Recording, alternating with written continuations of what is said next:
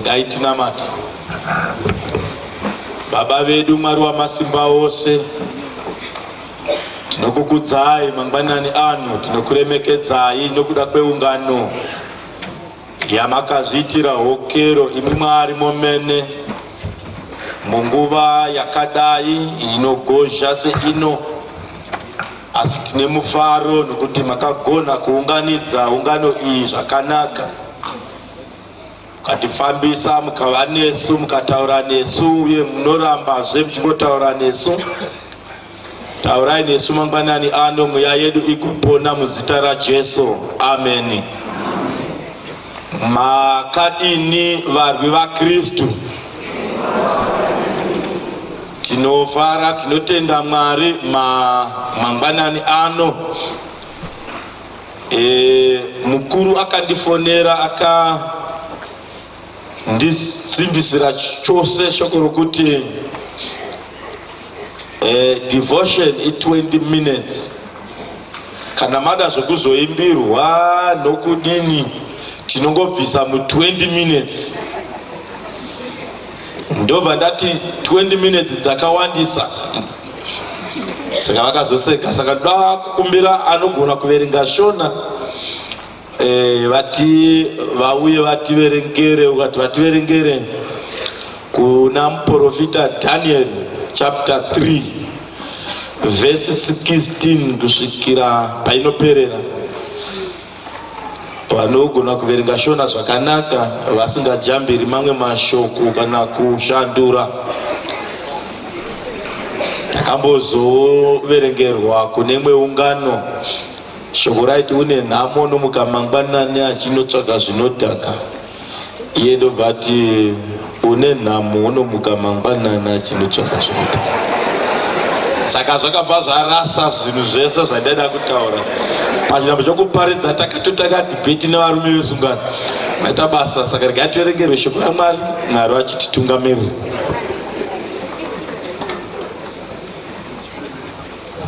Daniel chapter 3 verse 16 kusvikira painoperera pa 30.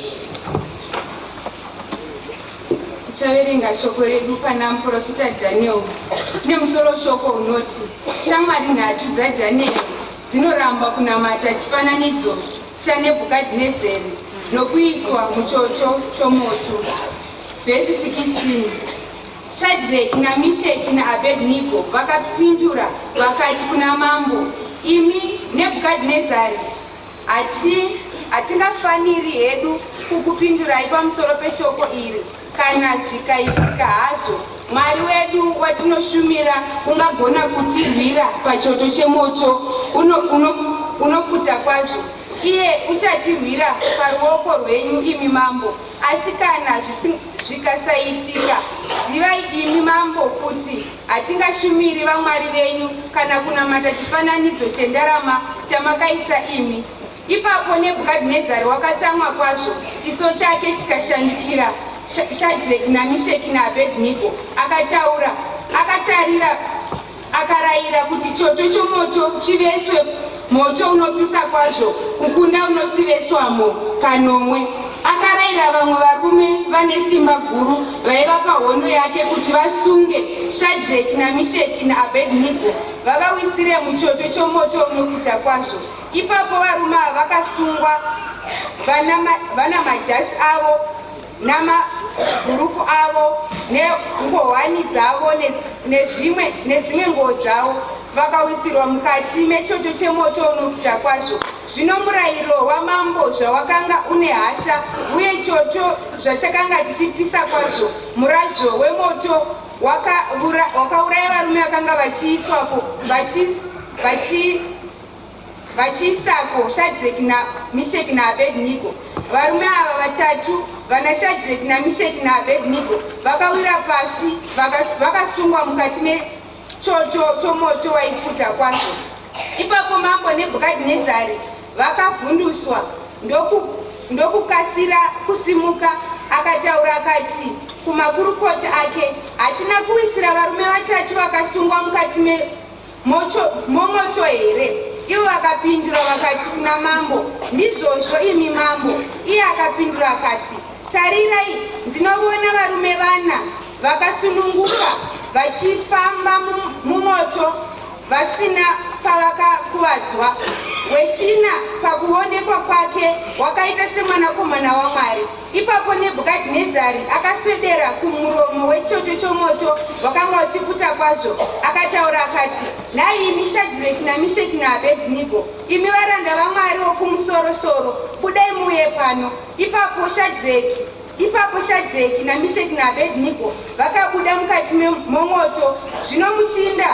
Zvino machinda navarayiri nemadzishe namakurukota amambo vakaungana vakaona varume ava kuti moto wakanga washayiwa simba pamiviri yavo, kunyange nebvudzi remusoro wavo rakanga risina kupfuurwa, namajasi avo akanga asina kushanduka, kunyange nomunhuwi womoto wakanga usina kusvika pavari.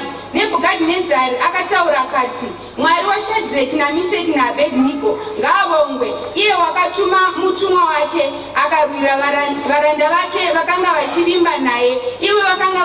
Ivo vakanga varamba shoko ramambo, vakaisa miviri yavo kuti varege kushumira kana kunamata Mwari upi noupi asi Mwari wavo. Naizvozvo ndinotema chirevo kuti vanhu vose namarudzi ose nemarimi ose vanotaura zvisino kufanira pamusoro paMwari waShadhireki naMesheki naAbhedhinego vatemwe-temwe nedzimba dzavo dziitwe maturunhuru, nokuti hakuna mumwe Mwari unogona kurwira saizvozvo. Ipapo mambo akawedzera ukuru vaShadhireki naMesheki naAbhedhinego panyika yeBhabhironi.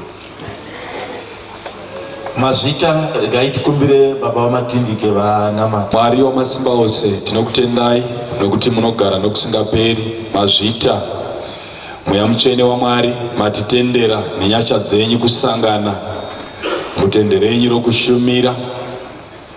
Tinonamata mutsvene wakarurama tichiti mweya wenyu mutsvene wakafemera shoko richinyorwa, ungafemerawo kwatiri nhasi shoko richiparidzwa. Tinokutendai Mwari wamasimba ose nemusangano uno kuti zvigoreva chinhu pakati poupenyu hwedu. Mwari wamasimba, tanzwa shoko romuzodziwa wenyu Mwari wokudenga ramakafemera mukamupa mashoko okutaura pakati pedu. Wamasimba ose, toda kunzwa inzwi renyu Mwari, upenyu hwedu hushanduke, upenyu hwedu hushanduke Mwari wokudenga nokuda kwevhangeri yenyu inogara nokusingaperi. Toda kutendai Mwari wamasimba ose nemumwe nemumwe wamatendera Mwari wokudenga kusvika panzvimbo ino. Mwari wamasimba ose, toda kungonamata neshoko rinorapa mweya yedu Mwari, vakaneta vagosimudzirwa nokuda kweshoko iri Mwari, vasina tariro vagopuwa tariro nokuda kweshoko iri Mwari. Toda kunamata Mwari wokudenga shoko rinodzikinura. Mwari wamasimba ose, toda kukutendai nokuti imi hamugoni kuunganidza vana venyu pasina chinhu chakanaka chamunoda kureva. Tikurudzirei Mwari wokudenga, tisimbisei Mwari wokudenga, tipei nzira yokufamba nayo muzita raJesu. Toda kunamata tichisiya zvose mumaoko enyu nokusingaperi. Amen. Maita basa. Toda kutenda Mwari zvakare nenguva ino.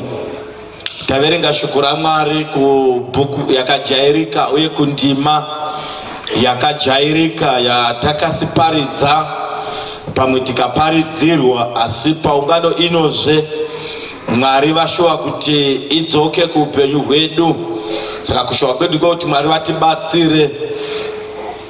Pano tiri kusangana nevakomana vane mazita arihwa pano vanonzi Shadhireki, Mesheki naAbhedhinego vari kuBhabhironi vatapwa. Ndobva mambo aumba chidhori chake kana kuti chivezwa.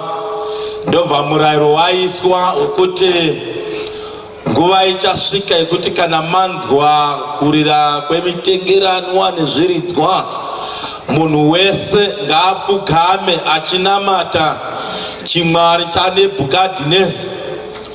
Asi panoita varume vandareva kuti vakomana panorira zviridzwa vanoramba vakamira. Shoko roenda kuna mambo richiita sokuvazivisa kana sokuvarangaridza kuti mambo hamuna kuisa chirevo here chakadai chikadai, asi pakati pevaya makatapa pane vakomana vatatu vanotaridza kuti vakaoma musoro, vanotaridza kuti havana basa nemwi mambo, havateereri murayiro wenyu. Saka vanonzi ngavaunzwe. Mambo anobvunza kuti maune here imwi Shadrach naMeshach naAbednego zvamuri kuramba kunamata chimwari changu kana chidhori changu? Mwari ungakurwirai pamavoko angu ndoupi? Ndo mubvunzo wanobvunzwa namambo, nokuti mambo aita sati munhu wese unofanira kupfugama achinamata chimwari chake. Asi varume vatatu havatauri mashoko akawanda kuna mambo. Vanoti mambo, hatina shoko kwamuri ratingagona kungoreva, nderekungoti mwari wedu uchatirwira pamavoko enyu. Kunyange mabvunza kuti mwari vachakurwirai ndeupi, asi isu mwari wedu uchatirwira pamavoko enyu.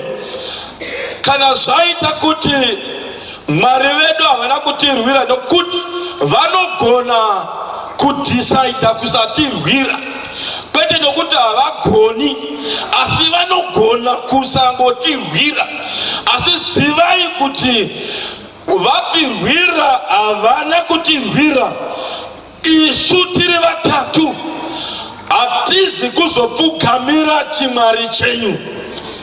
Nemhaka yei ndogogamuchira nokutenda kuti varume havakadzwisisa kuti mwari wavo akanga akavaudza kare kuti ndini Jehovha mwari wenyu, musava nevamwe vamwari kunze kwangu, musapfugamira kunyange zvivezwa zvipi. Saka vaitozviziva kuti kana tangopfugama tatobva pamberi pamwari wedu. Saka vanoramba vachiti isu hatigoni kupfugamira chimwari chenyu mambo.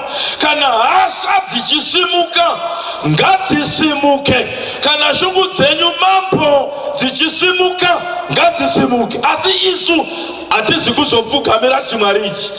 Zvikanzi vakomana, chiso chamambo ndo vachashanduka, ndo vavarayira vakati moto ngauveswe. Bhaibheri shoko raMwari rati wakaveswa unopeta 7 times unosiveswa. Vanhu vari kuveserwa moto havana kuba, havana kuuraya munhu, havana kutuka munhu, havana vavapopotera, asi varamba kunamata kana kupfugama kuchimwari chaNebhukadhinezari. Ndobva vaveswa. Vakomana vakati chivatora mivakande. Bhaibheri rati moto waipisa zvokuti wakapisa wakauraya, vakaisa Shadrach naMeshach mumoto. Kureva kuti vaiisa Shadrach naMeshach mumoto, kana vaita zvekuvasundidzira, kureva kuti vaiva kumashure kwavo, vakomana vari pakati pavari kuvasundidzira nemoto, asi moto wakauraya vari kumashure. Ndobva wasiya vari pakati. Akatarisana nemoto haana kufa, but akasundidzira ari kumashure ndiye akafa. Papera nguva vakomana vaiswa mumoto. Kuda mambo ndongofungidzira kuti pamwe danga akasama kumusamba achitofamba achitoti vakomana tadini tapedza navo. Kana ngari mazuva ano ane maWhatsApp nechinyi, mafungidzira kuti hama dzaShadrach naMeshach naAbednego vaiti kudigwa vari vaiti vavatsira vakomana hazvina problem inavida kuzvikanganisa, ingopfugamai munobvei, inga mune nharo dzisina basa, ingopfugamai zvidini zvipere. Asi vakati aiwa, kana tichifa tinofira Mwari, kana tichirarama tinoraramira Mwari. ndobva mambo atarisa mumoto. Bhaibheri rati mambo akavhunduka achiona varume vana. Pokutanga haana kuvhunduka kuti vapenyu, akavhiringwa nemetsi. Masvono ndaakaita problem pokutanga kuna mambo. Akati nhai vakomana, uyai tionesane metsi dzedu kuti dziri right here pano. Taisa vanhu vangani mumoto? Vakomana vakati vatatu. But chazondiitira zvakanaka kana chadineta choti haana kuzobvunza kuti komu wechina ndiani. Iye ndiyo tovaudza kuti ndoona varume vana vakatosununguka, but wechina mukuonekwa kwake anenge mwanakomana wavamwari. Naye mambo Nebhukadhinezari maudzwa nani kuti uyu anenge mwanakomana wamwari? Tinombotera shoko ringoti Mwari vanoonekwa here mukati medambudziko rako?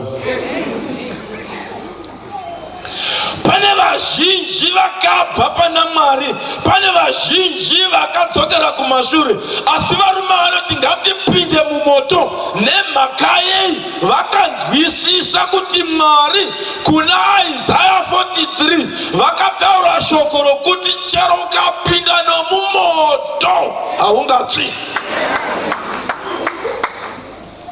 Ndofunga Mesheki ndobvata munoziva here kuti kuno umwe zvakati Mwari uyu haazi munhu kuti ungareve nhema.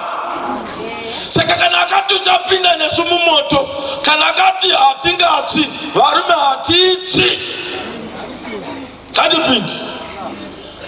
Ndobva vapinda. Ndobva mambo ati ngavachibudiswa. Ndobva vanamwa vamwe vese zvikanzi uyai kuno. Kubva nhasi zvichienda mberi, muno muBhabhironi, kwete kuJerusaremu, muno muBhabhironi muno wandanzwa achishora Mwari wavarume vatata rufu.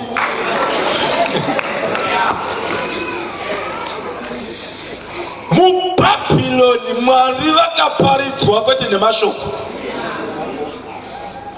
Dai ndavainiseka ndaiti pakanzi moto ngauveswe, ameno kana maitawo zvandaita ndaito ipapo lamwe netimi ndomba dzaishimandwa. Mwari aipaiti moto usapfuta. Mwari aipaiti kuti mechisa ngadzishayikwe. Mwari aipaiti tumai mvura idzime moto, moto ngaudzime Mwari. Asi varume havana kudana. Vakati kana muchivesa vesai. Saka zvimwe zvamunobhainda, zvimwe zvatinobhainda zvakanangana nokuti Mwari vaoneke. Saka tsvaga kuti mudambudziko randinaro Mwari vanodei.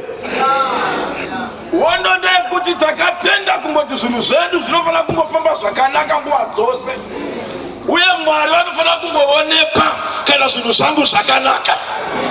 Varume vakagamuchira nokutenda kuti chokutanga tiri muBhabhironi, kwatiri varanda, kwatiri nhapwa dzakatinwa kubva kuJerusarema, but hatina kusiya Mwari kuJerusarema.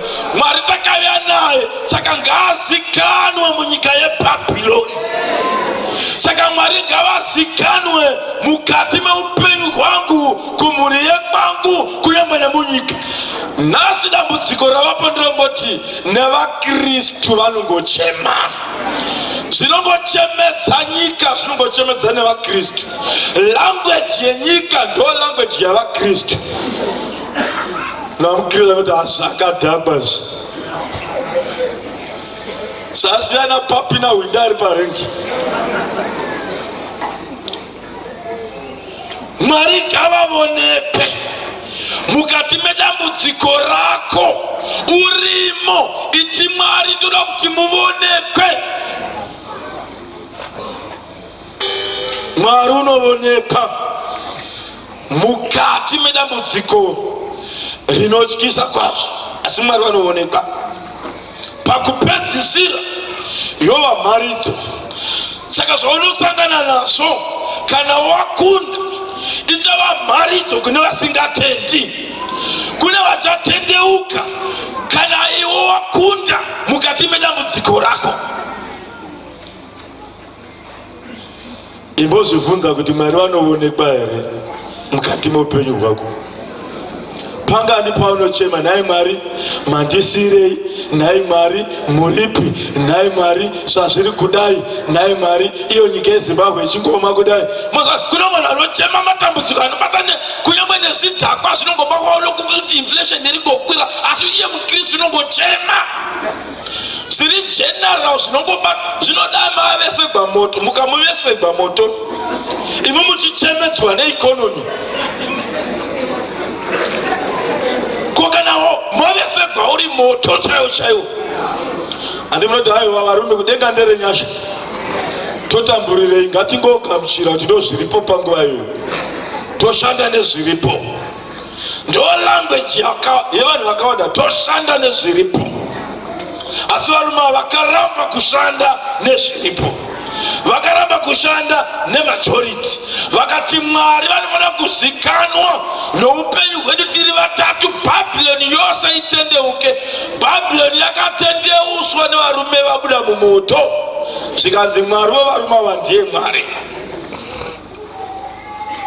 Can we safely say Mwari wangu kana kuti Mwari wenyu ndiye Mwari unofanira kunamatwa nokuda kwezvamunoita nematauriro enyu namaitiro angu? Can I safely say that? Or someone anogona here kudaro kuti Mwari wamai ava, Mwari wababa ava, Mwari wamufundisi ningi ndiye Mwari? Totenderana tose sevanhu kuti Mwari unonamatwa namai ava kana baba ava ndiye Mwari pakati pedu. Nomuna achiti kana tangotenderana nazvo zvenyu zvakona. Nemakaya 1 2 3 4 5. Mwari ngavatibatsire patinopfuura mberi tichisangana nezvinogozha, tichisangana nezvinorema. Mwari ngavatibatsire tigone kuramba takamira sevanhu, tirege kuva varwi vemusangano, asi tizive kuti zvose zvatinosangana nazvo, kungava kudzimba dzedu, kungava kumabasa kwatinoshanda, zvinofanira kukudza Mwari. Ivo Mwari wamene vakadaro kuti Israeri, ndakakutendera kuti ufambe nemurenje kwemakore 40, ndichida kukuidza kuti ndione kuti unondida here, kuti ubudise zvakanga zviri mauri. MuKristu kana akagosherwa ndo paanobudisa chaizvo chaizvo zviri maari. Zviri nyore kudzana zvedu tichitamba tichiyuku, patikana zvagosha ndo pandinobudisa karekta yangu chaiyo chaiyo. Asi Mwari ngavatibatsire zvichigosha zvichirema, vatipe simba rokuramba takamira, kunyangwe vamwe vese nyika ikatenderana kuti ngatirege kunamata, asi isu tisari tichiti kudenga kuna Mwari vanofanira kunamata. Mwari ngavatibatsire, vatisimbise muzita raJesu, amen.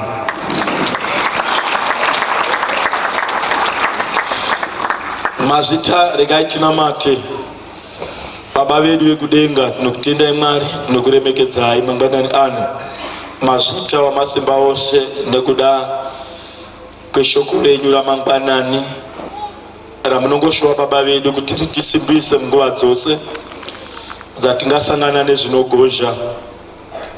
Sema families tinosangana nezvinorema, sema individuals tinosangana nezvinorema, sekereke tinosangana nezvinorema, senyika tinosangana nezvinorema. Sitasangana nazvo, tibatsirei kuti tirambe takamira, imwe Mwari mugozikanwa kune vanofanira kutendeuka kana isu takunda. Tibatsirei kuti tigogona kuparidza zvikuru nokuda kweupenyu hwedu. Takaziva Mwari kubva kare tichikura, nanhasi tinofamba naye uye ticharamba tichifamba naye pamazuva ose eupenyu hwedu. Takukudzai Mwari neungano ino, rambai muchitaura kuupenyu hwedu muzita raJesu. Amen. Mazvita hama dzangu, thank you, God bless you. Tatenda. Lakeless Creations for all your IT, corporate branding and filming. We do computer maintenance, servicing, networking for schools, corporates and individuals. On branding, we do banners, billboards, notepads, calendars, receipt books. We also do wedding videos and photography. For more information, visit www.lakeless.co.zw or you can call 0772 962 117 or 0715 000 556 or you can call our landline which is 055 401 25. Lakeless Creations, your one-stop shop.